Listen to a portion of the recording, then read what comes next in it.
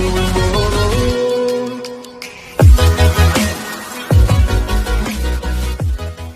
everybody, this is Himdesh here from Awaken Astrology. So today we are going to talk about the most important planet in astrology, which is the Sun, right? So now what is Sun? First we should know that Sun is known as the Jivakarka. It is the life-giving thing.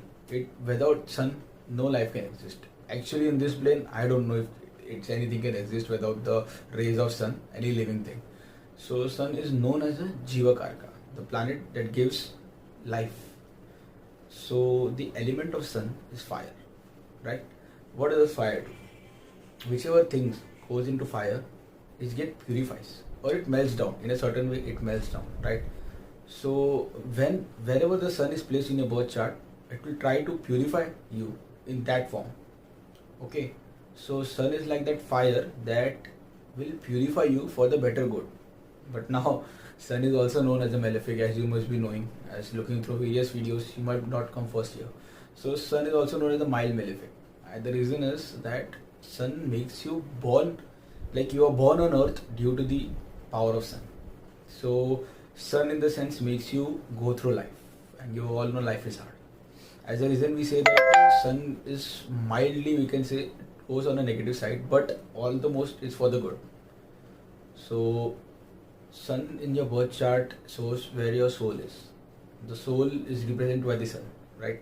If your soul is placed in the 10th house, your ambition is to raise up into the skies, earn huge amount of money, your career should flourish, you should be recognized, your fame, because Sun is very powerful and it shows authority.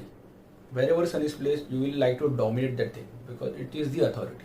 No planet is over the Sun, no planet is against the Sun. Sun rules each and everything, right? So in Sun, I would like to share some information, basic things like Sun whenever is sitting in a fiery sign. Understand this: Sun wherever sitting in a fiery sign is always boosted to its utmost level, like in Aries, Sagittarius, and in Leo, the three fire signs. Sun is always at its peak point. And now regardless of the situation, if Sun is sitting in any of the houses, I don't care any of the house, but Sun has some power there. It's already a hot planet sitting in a house which activates its energy. As a result, we can say Sun is at the peak point in giving power, right? So the Sun basically is the most important planet to determine where your soul is. Might be you may be having Lakshmi Yoga, then you may be having Raj Yogas, Viparit Raj Yogas, all big yogas. But if your soul itself is not able to sustain the power, how will you able to manifest the result? The Sun is the whole soul of the chart. You have to determine from the Sun how is the soul. Is the soul responding in a particular kind, good, bad? Now if there are yogas such as Vish yogas being created, there are yogas such as we can say bad yogas, okay, we just categorize it as bad yogas. There are yogas which show destruction, and Sun is placed powerfully. Then you know that the person is able to take the negative side and turn it into positive side. On the other hand, if a person has many great yogas, but the soul is not satisfied or has been held between malefics, it becomes hard for that person to manifest the power of that yoga. So we should always observe how Sun is placed in the birth chart. Yeah, I told you Sun is the fire, so it's a mild malefic. Wherever Sun sits, it will always destroy one quality of the house, regardless of it's exalted, it's in the 10th house, it's anywhere. Sun wherever it sits will burn one property of that house because it's a very hot planet, and wherever it sits, it will burn. And Sun can never go retrograde. It's always in a one direction. It will always go forward. It won't go behind. As a result, you will see that wherever your soul feels low or something else, and if you pray to Sun, you will always go forward. You will go through the situations, you will overcome it easily. I don't care what the situation is, you will overcome it through the grace of God. So this is the basic. Understand Sun on a deep basis now. Sun is a Sattvic planet. Now what do I mean by Sattvic? Sattvic basically means Sun will always do something for the good, right? There are three sets: Sattvic, Tamasic and Rajasic. Sattvic signs are the most purified signs. Like if they want to do harm to you, they would do it in a gentle way. While a Tamasic sign and a Tamasic planet If it's bad, if it is in a bad condition, hemmed between yogas, bad yogas, planet aspects, etc., etc., etc., it will give you the result too harshly. It won't be merciful to you. So understand the thing, the sun is the sattvic of all planets. It's just like it wants to give you the good results, even if it's in a bad form, it will try to give you or help, try to turn the result in a good way. This is the sign of sattvic. Sun rules the sign of Leo. So you all must be thinking the lion that rises up in the morning. Yes, Leo. Sun is the whole soul department of authority. Father is represented by the sun. Authority is represented by the sun. And your own vital energy, the ability to fight diseases, the ability to overcome odds is seen through sun. This is a very important thing. Like the sun is the karka of your own body, your head and your brain. Okay, I'll tell you the reasons afterwards in the later videos why it's called the same thing. But understand the thing, I don't care regardless of the chart. The ascendant, what is the ascendant, where is the ascendant lord placed, how is the ascendant expected or all. Sun is not the vitality. It is the ability to overcome diseases. So if the sun falls weak in the birth chart, regardless of the ascendant being strong, sun will cause problems in the health. Regardless of the ascendant, I don't care how the ascendant is being exalted in anything else, because sun is the karka of the body. It gets exalted in Aries. Aries is the body itself. The sun, wherever it sits, it should be powerfully placed. If it's powerfully placed, expected by benefics, and it's in a Shubh yoga, making some good auspicious yogas, then regardless of the situation, the ascendant lord is placed. Being in depletion, being in a Dushtana house, I don't care about that. Sun will always give you the ability to overcome the odds. Even if you have having diseases such as big diseases, cancer, diabetes, sun in your birth chart, if it is placed wrong, somehow or the other way you will find the solution to it. You won't be stuck. So it is the vital energy. It is like a white blood cell that fights for you. So understand sun on a deeper basis.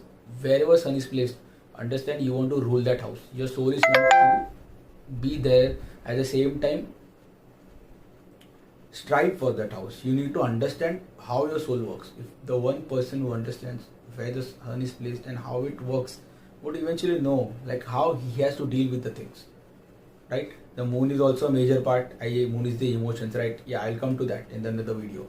But so some basic information regarding sun. The sun matures at the age of 22, right? It exalted in the sign of Aries in the Ashwani Nakshatra.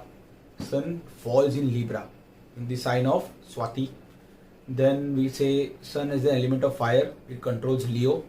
Sun is the whole soul authority, the government, the father, the higher authorities, your bosses. Sun represents your own vitality, your ability, and your consciousness, your soul. Wherever sun sits, it will always burn, purify, and energize you for the betterment of your good. Okay. Then sun is your higher position in life. Sun is the government itself. Sun shows how powerful you must be in this life or how weak you may be in this life. Sun will show that how high you can raise to the status. It is your status, it is your honor, it is your dignity. If sun is harmed, your dignity will be harmed.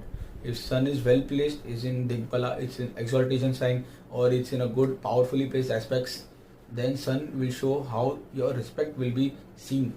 It's in a higher form now, because it's being hemmed between malefics, which will go down.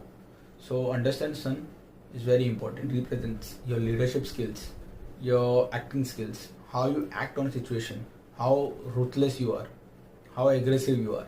Aggression is also seen by Mars, ruthless is also seen by Mars. I understand that. But in case of sun, we can say sun is also a hot planet. It won't allow anybody to say anything to it or dictate it. Sun never likes anyone dictating it. It will always be the boss. Regardless of the situation you placed, sun wherever will sit will always feel like it is the boss of that house. Now in the 4th house, we say that sun is powerless. Now in 4th house when sun sits, why? Why is powerless? Because the person feels that he is the boss of the entire house. He feels that he is the person to be known and every person to result to him.